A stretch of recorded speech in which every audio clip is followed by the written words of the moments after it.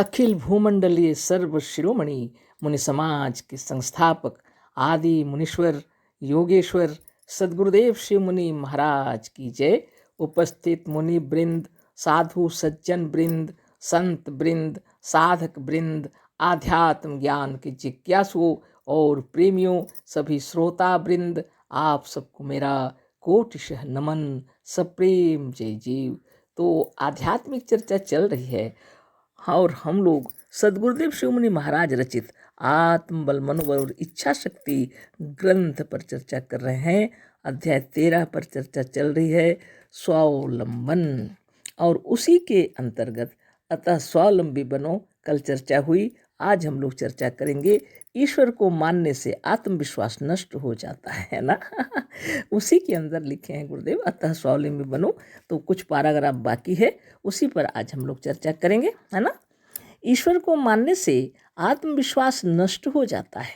आप यदि किसी ईश्वर भक्त से पूछिए कि तुम इस काम को कर सकोगे, तो वह यदि बहुत कहेगा तो इतना ही कहेगा कि यदि भगवान चाहेंगे तो हो जाएगा। ऐसा मानने वालों और कहने वालों में आत्मविश्वास नहीं रहता। कहना तो यह चाहिए कि हम इस काम को अवश्य पूरा करेंगे और यदि भगवान भी चाहेंगे तो हमें रोक नहीं सकेंगे। तोप चलाते हुए वीर नेपोलियन बोनापार्ट से कहा गया कि यहाँ से हट जाइए, दुश्मन का गोला आप ही को लक्ष्य करके आ रहा है। तो उसने कहा था कि हमारा दृढ़ विश्वास है कि नेपोलियन को मारने वाला गोला अभी संसार में ढला ही नहीं है।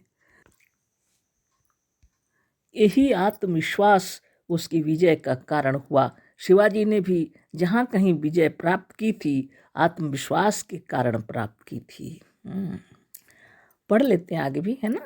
अर्जुन के हाथ से धनुष बाण गिर पड़ा था, कांपने लगा था। आत्मविश्वास और आत्मज्ञान को धारण करके ही विजयी हुआ और महाभारत को जीत सका। राम यदि अपने को राम न समझकर अपने को नाचीज समझते तो कुछ नहीं कर पाते। अपने गुरु वशिष्ठ द्वारा योग वासिष्ठ का आत्मज्ञान और आत्मविश्वास पाकर ही वह अपने जीवन में सफल मनोरथ हुए और विजय लाभ कर सके। आगे पढ़ लेते हैं ना। एक आदमी ने हमारे आश्रम से बहुत दूर सभा में उपस्थित होने के लिए हमें निमंत्रण दिया और कहा कि हमारी सभा में अवश्य आइएगा। हमने कहा अवश्य आएंगे। उसने कहा तो क्या हम यह समझें कि यदि भगवान ने चाहा तो आप अवश्य आएंगे? हमने कहा नहीं, हम तो यह कहते हैं कि यदि भगवान ने नहीं चाहा तो भी हम आपकी सभा में अवश्य आएंगे। सुनिए, हमारा कहना है कि यदि भगवान हमारा रास्ता रोकेंगे तो हम उन्हें मार कर आपके पास पहुँचेंगे। हमने कहा कि आप भगवान से मनाइए कि हमें रोक दें। हम उनकी सभा में पहुँचे और भगवान हमें रोक ना सके, है ना। सतगुरुदेव शिव मुनि महाराज की जय। जो लोग ईश्वर को मानते हैं बाहर में और जिसका कोई अस्तित्व तो नहीं है, अगर आपके अंदर दृढ़ विश्वास हो जाए कि आत्मा के सिवा इस सकल सृष्टि में और कोई दूसरी शक्ति ही नहीं है, अगर यह दृढ़ विश्वास हो जाए आपको, तब फिर भय समाप्त हो जाएगा। क्योंकि ईश्वर नाम की कोई भी चीज़ नहीं है, वास्तव में कहीं भी बाहर में नहीं है। अगर कोई है तो यही जीवात्मा है, इसी को ईश्वर हम कह सकते हैं। यही प्राण शक्ति है, इससे बढ़कर कोई शक्ति नहीं है। ये आत्मा ही ब्रह्म है ना। तो सद्गुरुदेव उसी विषय में समझा रहे हैं बहुत अच्छी तरीके से। ईश्वर को मानने से आत्मविश्वास नष्ट हो जाता है। जब ईश्वर को मानेंगे तो आपका आत्मविश्वास नष्ट होगा, इसमें कोई संदेह नहीं है। आपको अपने ऊपर भय महसूस होगा, है ना। आप यदि किसी ईश्वर भक्त से पूछिए कि तुम इस काम को कर सकोगे, तो वह यदि बहुत कहेगा तो इतना ही कहेगा, यदि भगवान चाहेंगे तो हो जाएगा। इस तरह लोग बात करते हैं जो ईश्वर को मानते हैं, डरते हैं बहुत, है ना। अगर भगवान चाहेंगे तो हो जाएगा, वो ये नहीं कह सकते हम लोगों की तरह। ऐसा मानने वालों और कहने वालों से आत्मविश्वास नहीं रहता, ऐसे कहने वालों में आत्मविश्वास नहीं रहता। सद्गुरुदेव कह रहे हैं कहना तो यह चाहिए कि हम इस काम को अवश्य पूरा करेंगे और यदि भगवान भी चाहेंगे तो हमें रोक नहीं सकेंगे। ऐसा बोलना चाहिए, गुरुदेव कह रहे हैं ना। तो आत्मविश्वास और आत्म भरोसा अपने आप में भरपूर हो, जिसको अपने ऊपर पूर्ण विश्वास हो, वही ऐसा कह सकता है। और कहाँ से कह सकेगा? अपने में बल भी होना चाहिए, सब होना चाहिए, तभी यह कार्य होगा। बुद्धि विवेक सब कुछ होना चाहिए, तभी वह कार्य होगा। और सबको अगर भगवान के नाम पर रख दिए, अपने बल को भी, अपने बुद्धि को, अपने विवेक को, अपने भाग्य को, अपने तकदीर को, नसीब को सब भगवान के ऊपर रख दिए, तो फिर सोचिए आपका आत्मविश्वास आएगा? नहीं ना। ऐसी स्थिति है। खूब विचार कर लीजिए, है ना। तो सदगुरुदेव जो कह रहे हैं वो अक्षर अक्षर सत्य है। ईश्वर को मानने से आत्मविश्वास नष्ट हो जाता है, सचमुच, है ना। इस बात को हम लोग को जान लेना चाहिए, बहुत बड़ी बात है।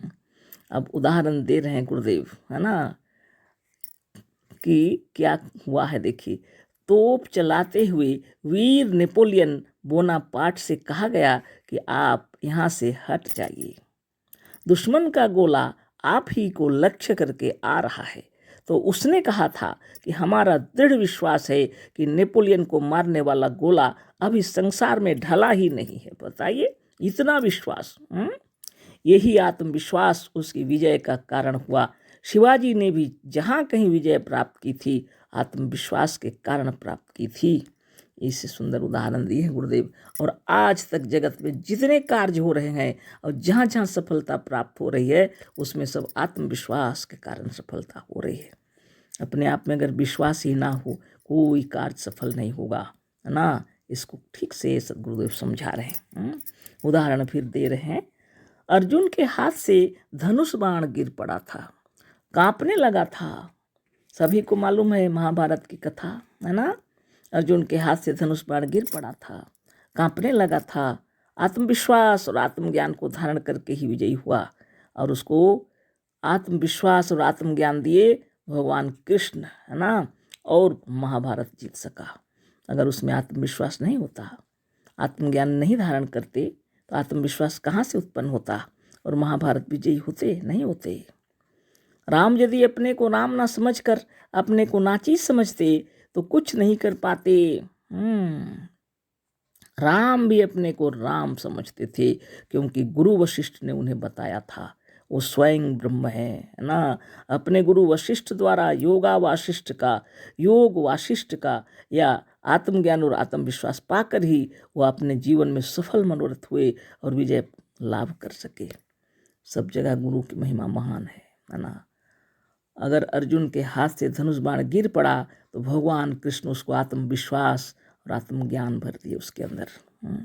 भगवान राम के अंदर गुरु वशिष्ठ, है ना, योग वाशिष्ठ का ज्ञान दे दिए। योग वाशिष्ठ आप पढ़ सकते हैं, है ना।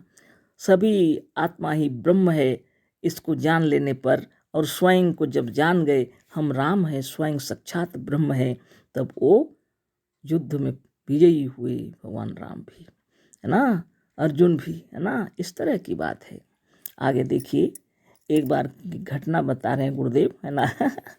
एक आदमी ने हमारे आश्रम से बहुत दूर सभा में उपस्थित होने के लिए हमें निमंत्रण दिया और कहा कि हमारी सभा में अवश्य आइएगा। हमने कहा अवश्य आवेंगे। उसने कहा तो क्या हम यह समझें कि यदि भगवान ने चाहा तो आप अवश्य आवेंगे? हमने कहा नहीं, हम तो यह कहते हैं यदि भगवान ने नहीं चाहा तो भी हम आपकी सभा में अवश्य आवेंगे। सुनिए, हमारा कहना है कि यदि भगवान हमारा रास्ता रोकेंगे तो हम उन्हें मार कर आपके पास पहुंचेंगे, है ना। सदगुरुदेव ऐसा बोले थे उनको। और गुरुदेव कह रहे हैं हमने कहा कि आप भगवान से मनाइए कि हमें रोक दें, वो रोक नहीं सके, है ना। हम उनकी सभा में पहुँचे और भगवान हमें रोक ना सके। तो सदगुरुदेव को मालूम था आत्मा से बढ़कर ब्रह्मांड में, सकल सृष्टि में और कोई शक्ति नहीं है ना।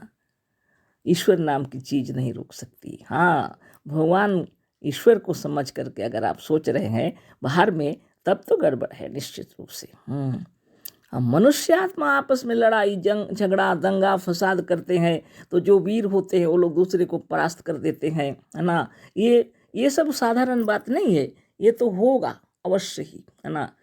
ये लड़ाई झगड़े दंगा फसाद ये सब हो रहे हैं, जहाँ पर ईश्वर और खुदा और इस सब के नाम पर एक दूसरे को काट के मार के, है ना, ये क्या हो रहा।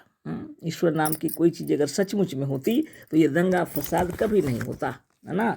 वो आकर के खड़े हो जाते कम से कम, और कुछ नहीं तो रोक देते हाथ उठा करके कम से कम। इतना क्रूर निशंस काम होते हैं, कितना बम, कितना क्या क्या क्या नहीं हुआ। ईरान इराक जल रहा था, है ना। अभी भी पूरे देश भारत में भी कहीं कहीं कुछ युद्ध हो जाता है। और इतने मने क्या बताएं, वाणी से बोली नहीं जा सकती, है ना। जघन्य अपराध हो रहे हैं। भगवान क्या कर रहे हैं, कहाँ पर हैं। लोग कहते हैं कि सबको देख रहे हैं, सबको देख रहे हैं तो कैसे गड़बड़ हो रहा है। मनुष्य जो है, मनुष्य से डरता है। मनुष्य कहीं देख तो नहीं रहे, कोई हमें देख तो नहीं रहे, चोर भी सोचता है। कुकर्म करने से पहले मनुष्य यही सोचता है कि कोई हमें देख तो नहीं रहे। सोचिए, मनुष्य मनुष्य से डरता है, लेकिन ईश्वर से नहीं, है ना। तो अगर आपको सच्चा ज्ञान हो जाए तो आप भी नहीं डरेंगे, है ना। कल फिर चर्चा होगी। अशेष धन्यवाद, कोटि से नमन, सप्रेम जय जीव। सदगुरुदेव शिव मुनि महाराज की जय।